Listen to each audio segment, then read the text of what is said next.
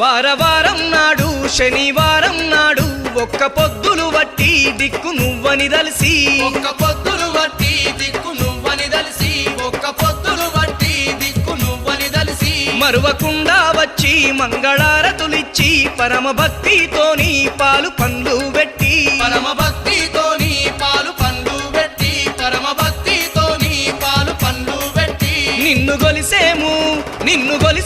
ఓ జగన్నాథ కన్న తండ్రి వంటు నీ భక్తులమంతా నిన్ను గొలిసేము ఓ జగన్నాథ